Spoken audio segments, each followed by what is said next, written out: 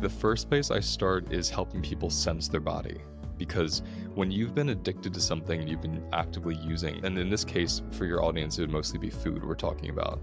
And I come from 15 plus years of binge eating personally, so I relate. When you use food as a way to cope, what that really means is food replaces your ability to feel what you're holding. So if I'm holding grief, if I'm holding physical pain in my body from an injury or inflammation, if I'm very low and depressed, if I have anxiety, these things show up hormonally. They're physical experiences in our body that are very uncomfortable and unpleasant. So for me, I think age 8 or 9, I discovered that I could binge eat.